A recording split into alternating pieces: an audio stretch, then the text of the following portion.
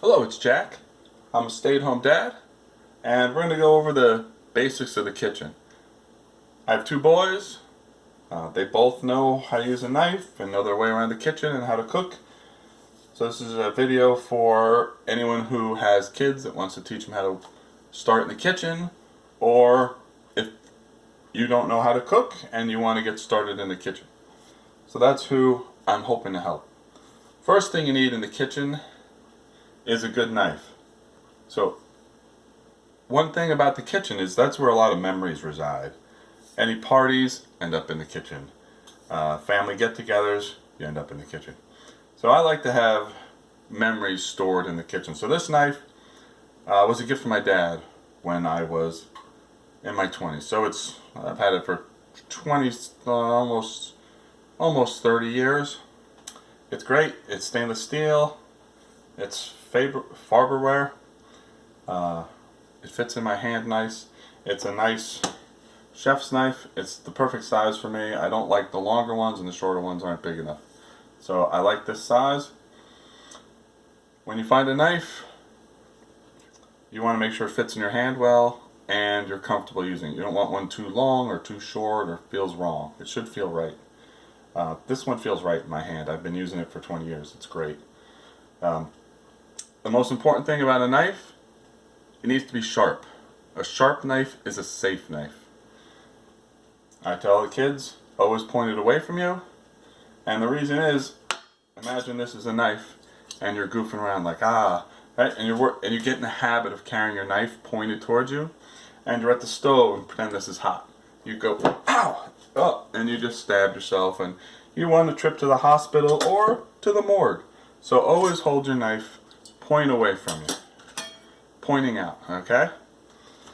Second thing, a sharp knife is a safe knife. If you're trying to cut something and your knife cuts it, it goes in nice, no problem. If it's dull, a dull knife, some people think, oh, that'll be safer. The reality is a dull knife will skip off your food and go somewhere you don't want it to go. Sharp knife will just go right through. Dull knife, slip around. So you want a sharp knife. You could spend hours sharpening a knife with a stone and get it razor sharp, and that is great. If you've got the time, fantastic. I don't. I usually just I have one of these. Also a gift from my folks. And to sharpen this, I just put it at the edge of the counter and just pull it down. So this sharp knife is because of this. So it's pretty sharp. It's not going to slice cleanly through paper, but it's sharp enough that it'll cut through food nicely.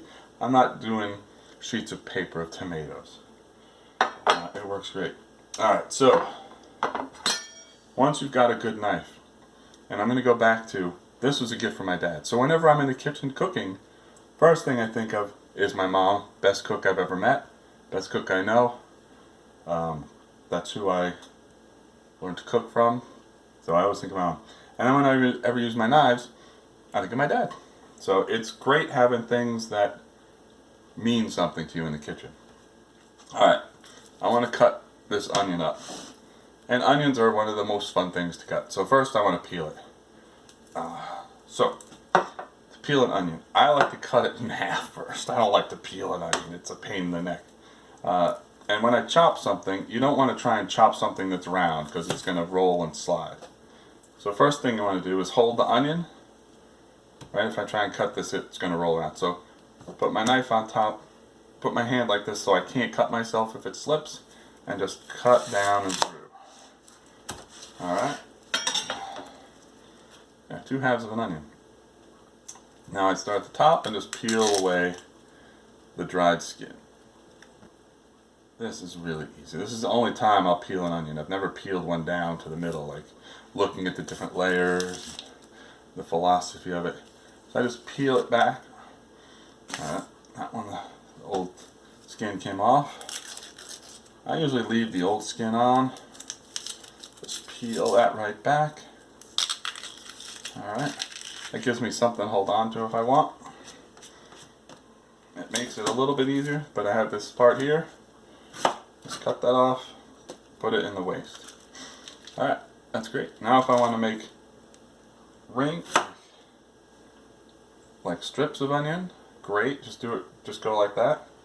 If I want to chop up my onion, like diced an onion, I can do that, cut rings and then do it, but since nature has given us these nice rings, if I just make cuts through here, when I slice it, it'll be pre-diced. So you can hold it on the side and cut down, leave. So a curved knife is great for this, because if you go flat, it's going to still be attached at the end. You're not going to cut off chunks. So just go right down, whatever size you think you want to dice it at. There we go. And then you just hold it. Another trick, this is not a race. We just want to get this diced. So it's going to go pretty quick just cutting it. We don't have to try and go super fast. If you're going to be a professional chef that puts on a show in front of diners, yeah, go practice that. But for me, I don't need to go that fast. So we're just going to go nice and slow. And one way to do it is to put your fingers out like this and try and cut. I always curl my fingers back underneath. So if you ever watch me cut, my fingers are almost like a cat clawing. So I'm holding this way. That way I can just rub on this knuckle and go right down. There's no chance of me cutting off the tip of my finger. Alright, just slide my hand out. Alright, once I get to where it's curved back, at this part of the onion where it's starting to come down, that's where a dull knife is really dangerous. So if I'm cut with a dull knife and it slips here, it's going right into my fingers. So a sharp knife will dig right into the onion, right, and just cut right down. And then when I get to the end, I just flip it down and just go and rock it across and get as much of the good part of the onion as I want. There we go. I have a whole bunch of diced onion. Put this in. So we're going to switch over. So another important thing with having a good knife is having cutting boards. Plastic is fine. I like plastic and wood. The size was too big. And just quick and easy when I need a cutting board. This is not the best. It's a little bendy and floppy and whatever, but it's going to work fine. I put this down on it, and then I'm holding it down. Oops, I want it diced, so I'm just going to go cuts down to the bottom, leaving it all attached at this end. So as you see, it's all attached. Oops, well, let's just pull that off. It's attached. If you cut through and a piece comes loose, you can just kind of hold it in position. Hold it right there, squeeze it in with your hands. Easy breezy. And at this part, you go nice and slow so you don't slip and cut your fingers. Alright, there we go. I'm making a mess. I usually would just use one cutting board because I hate doing dishes. And the fewer cutting boards I get out, the less I have to clean. But since we're showing you all what to do, this is a nice bamboo cutting board. This side is all flat. This side has a little groove around it. Excuse me, the onions are making me cry. Whew, those onions are making me cry. Now we're moving on to garlic. So this is 3 cloves of garlic. I've seen all kinds of tricks on the internet, but the easiest way for me, I've tried a few different ones, the easiest way is just put your knife down and smash it. Put the flat side down. So you want a nice heavy knife when you're doing this, so you can just smash it. Smash it. And then the skin should come off pretty easily. It doesn't take very long. I didn't smash it enough, so you want to make sure you get a good smash, and then it comes right out. Comes right off, and there's the nice clove we want. Might have been a little too gentle with that one again. So you want to make sure you smash it good. Alright. And then it just comes right off. So easy. I always like to get the little root bits off because they are a little hard if you happen to bite into them. Excuse my sniffles. Those onions really got to me. I usually I took a little while putting them into a pan and getting them covered and cooking. So my eyes are watering now and it's giving me the sniffles. Smashed my garlic, it's ready to go. Then you just chop it up. Knife like a good They're all kinds of good knives. I like a chef's knife that you can rock it and just go right across. And just rock it down into your food. I could try and do them all at once, or I can just do them one at a time and carefully do them.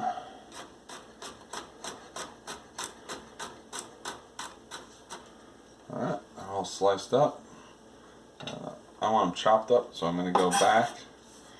So you can do a couple of things. I usually just chop them up because I'm usually in a hurry and want to go fast. You can use your knife and squish it down and make a paste out of it. I never do that. Because just chopped and crushed is good enough for me. If you go on to fancier and fancier things, you might be the one showing me how to do that someday. I'm hoping so. That's it. Chopped garlic. All you really need is one good knife in the kitchen. So this would be the most important thing in the kitchen, and you always need a good cutting board. Now, you don't want to use a stone cutting board. You don't want to have a marble tabletop, marble countertop and be chopping on there, because you're going to ruin your knife. It's going to get dull. You're going to slip and you're going to cut yourself and say, oh, that knife is the worst. And when your knife gets dull, just sharpen it with one of these things. Or get a sharpening stone and sharpen it that way. You'll get a razor sharp knife. But for me, this is quick enough. Every couple weeks I'll pull that out, drag my knives across it, and they're great. So I've had this knife for, what did I say, like 20 years? It looks brand new, right? It's not worn down.